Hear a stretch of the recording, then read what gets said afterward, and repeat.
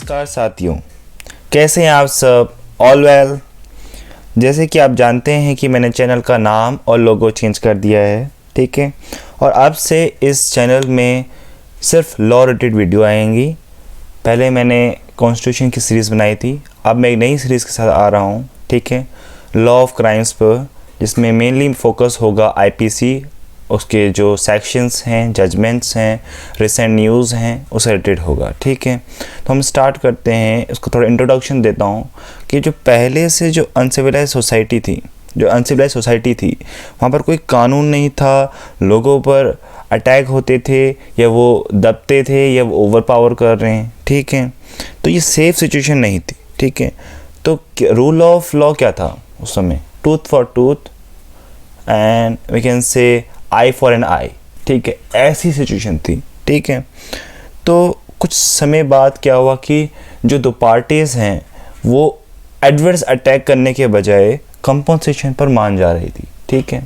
फिर कुछ समय ऐसा चला, दो पार्टीज सुलझा रही थी उस मैटर को। बाद में ये सिचुएशन, ये फंक्शन जो था राजा के पास चले गया, या हम कह सकते हैं स्टेट करने लगी, ठीक है। अगर हम इंडिया की बात करें, इंडिया में क्रिमिनल ज्यूरिस्प्रूडेंस की बात करें, यहाँ पर ज्यूरिस्प्रूडेंस मतलब होता है स्टडी ऑफ लॉ, ठीक है। मनु के टाइम से, तो मनु ने क्या करा है, मनुस्मृति लिखी है, उसमें उसने कई सारे, जो पहला कानून, लिखित कानून जो भारत का है वो मनुस्मृति में है, ठीक है।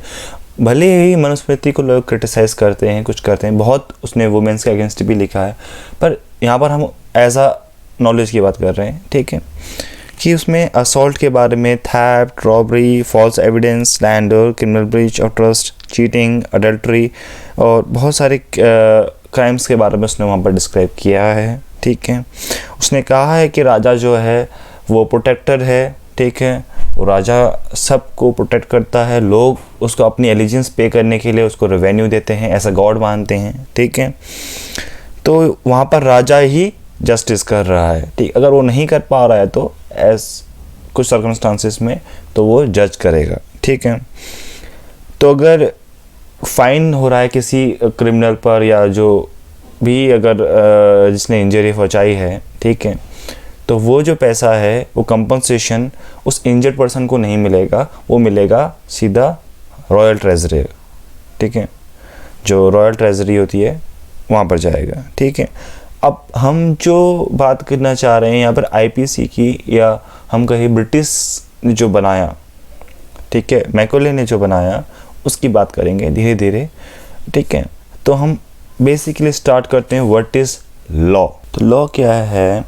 Set of rules and regulation जो कि लोगों को कंट्रोल कर रही है या रेगुलेट कर रही, इसमें मदद करती है। और human conduct in a society, जो ह्यूमन का व्यवहार है, मनुष्य का व्यवहार है, जानवर पर तो लागू होता नहीं है लॉ, ठीक है, मनुष्य ही कंट्रोल कर रहा है तो मनुष्य पर ही लागू होगा, ठीक है। और एनफोर्स बाय स्टेट, क्योंकि बहुत सारे असामाजिक तत्व भी हैं जो तोड़ रहा है कानून, उसके लिए ही कानून बनाया जा रहा है कि वो उसको रेगुलेट किया जाए, उसको कंट्रोल किया जाए, ठीक है। और एक कानून हमको न्याय दिलाता है, जस्टिस दिलाता है, ठीक है। अब हम बात करेंगे कानून की कुछ कैटेगरीज हैं, ठीक है। मेनली अगर हम देखें कानून को, सिविल लॉ, अगर क्रिमिनल लॉ, ठीक है, तो इसके बीच में कुछ अंतर है, वो चीज़ मैं आपको बता रहा हूँ। सिविल लॉ जो होता है कुछ इंडिविजुअल्स के बीच में है, एक पर्सन के बीच में, ठीक है। अगर हम क्रिमिनल लॉ देखें, एक पब्लिक एट लार्ज को अफेक्ट करता है, और सिविल लॉ एक इंडिविजुअल को अफेक्ट कर रहा है, ठीक है। कुछ एग्जांपल लेते हैं, ठीक है। जब सिविल लॉ का एग्जांपल लेते हैं तो हम नेग्लिजेंस है, प्रॉपर्टी लॉ है, ब्रीच ऑफ कॉन्ट्रैक्ट है, चीज़ आने वाले में वीडियोस में मैं आपको बताऊंगा, ठीक है। कुछ क्रिमिनल लॉज की कुछ एग्जांपल ले लेते हैं, murder, theft, domestic violence, sedition, ठीक है, ये पब्लिक एट लार्ज को अफेक्ट कर रही हैं। और जो सिविल लॉ हैं वो कुछ एक इंडिविजुअल को अफेक्ट करेंगी, ठीक है, एक इंडिविजुअल को या कुछ इंडिविजुअल्स को, ठीक है। अगर हम ये एक्ट को देखें जो होता है सिविल लॉ में, उसको हम रॉन्ग कहते हैं, ठीक है, और जो कर रहा है रॉन्ग डूअर कहते हैं। अगर हम क्रिमिनल लॉ में देखें, उसको हम ऑफेंस कहते हैं या क्राइम कहते हैं, ठीक है, और जो कर रहा है उसको हम ऑफेंडर कहते हैं, ठीक है। अब कोर्ट प्रोसीडिंग्स में जो इनिशिएट करता है, किसके द्वारा इनिशिएट किया जाता है, ठीक है। सिविल लॉ में हम प्लेंटिफ कहते हैं, ठीक है, और क्रिमिनल लॉ में हम प्रोसिक्यूटर या पब्लिक प्रोसिक्यूटर इनिशिएट करता है उस केस को, ठीक है। यहाँ पर हम कहे कि सिविल लॉ में वो लायबल होगा रॉन्ग के लिए और क्रिमिनल लॉ में गिल्टी होगा अपने ऑफेंस के लिए, ठीक है। ये चीज़ समझ में आए। कुछ वर्डिंग्स हैं, उसको समझने की हमको कोशिश करनी चाहिए, ठीक है। अगर हम उस केस को देखें, उस प्रोसीडिंग्स को देखें जो सिविल लॉज में होती हैं, तो उसे हम कहते हैं सिविल सूट या सिविल प्रोसीडिंग्स, ठीक है। क्रिमिनल लॉ में हम उसको क्रिमिनल प्रोसीडिंग्स कहते हैं या पब्लिक प्रोसिक्यूशन कहते हैं, ठीक है।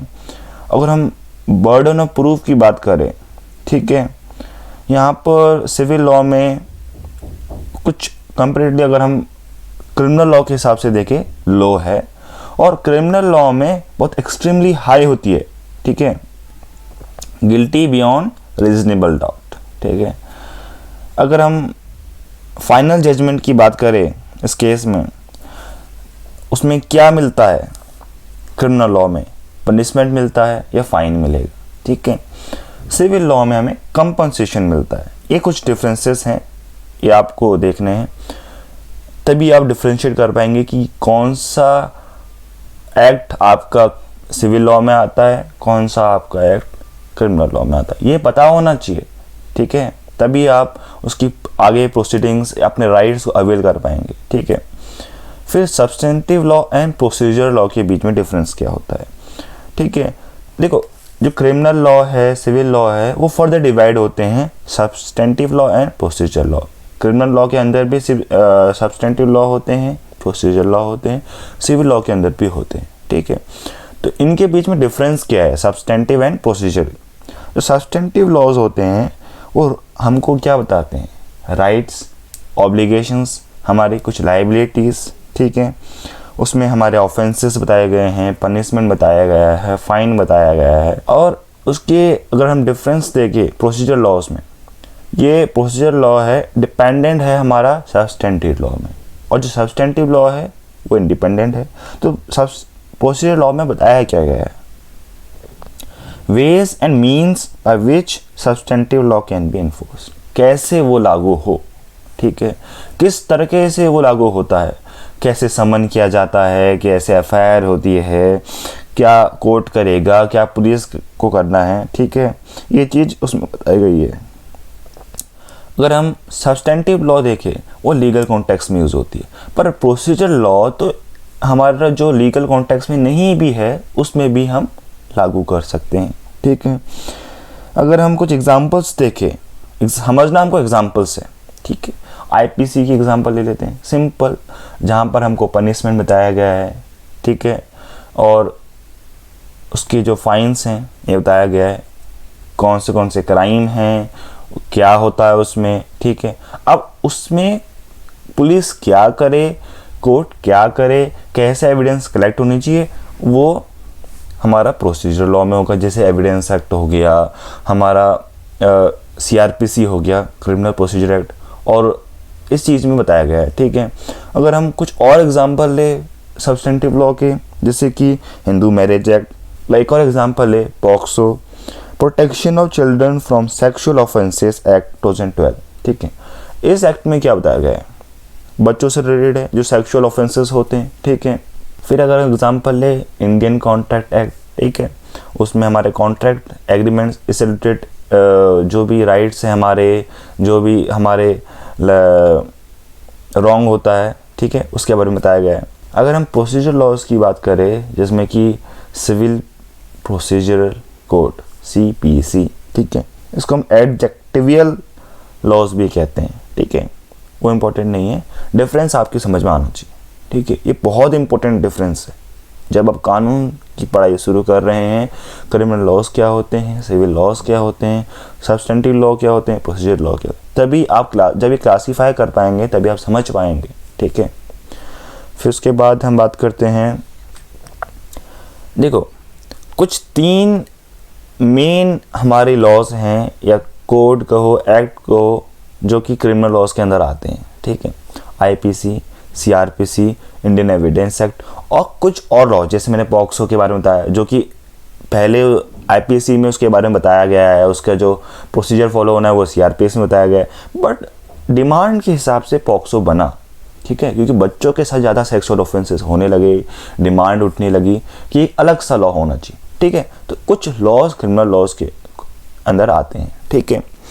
फिर हम बात करते हैं IPC क्या होता है, ठीक है। देखिए, जो IPC है वो इंडिया की ऑफिशियल क्रिमिनल कोड है, ठीक है। एक सब्सटेंटिव लॉ है जिसमें कि हमारा क्राइम बताए गए हैं, उसके पनिशमेंट, उसमें क्या फ़ाइन होना चाहिए, ठीक है। जैसे कि मैंने आपको पहले भी बता चुका हूँ, चार्टर एक्ट ऑफ 1833, उसके अंदर first law commission of India establish किया गया था, ठीक है, under the chairmanship of Lord Thomas Babington Macaulay. और इस कमीशन को 1834 में एस्टैब्लिश किया गया, ठीक है। 1833 में हमारा वो चार्टर एक्ट आया था, ठीक है।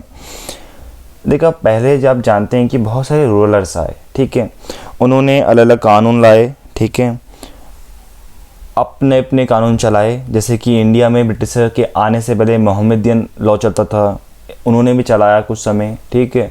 उसके बाद उन्होंने अपने रूल्स या कहे या सेट ऑफ लॉज लाए ब्रिटिश पैटर्न में, ठीक है। बहुत सारे रेगुलेशन चल रहे थे उस समय, तो उन सबको इन्वेस्टिगेट करने के लिए उन्होंने एक कमीशन बैठाई, लॉ कमीशन, ठीक है, जो कि ये इन्वेस्टिगेट करेगी कि जो प्रेजेंट कोर्ट्स हैं या जो पुलिस एस्टेब्लिशमेंट है उसका कितना जुरिडिक्शन है। ये कॉन्फ्लिक्ट चल रहा था ना, स्टेट और जो ब्रिटिश इंडिया का जो स्टेट था उस समय या जो कोर्ट्स हैं उनके बीच में थोड़ा सा कॉन्फ्लिक्ट था, ठीक है।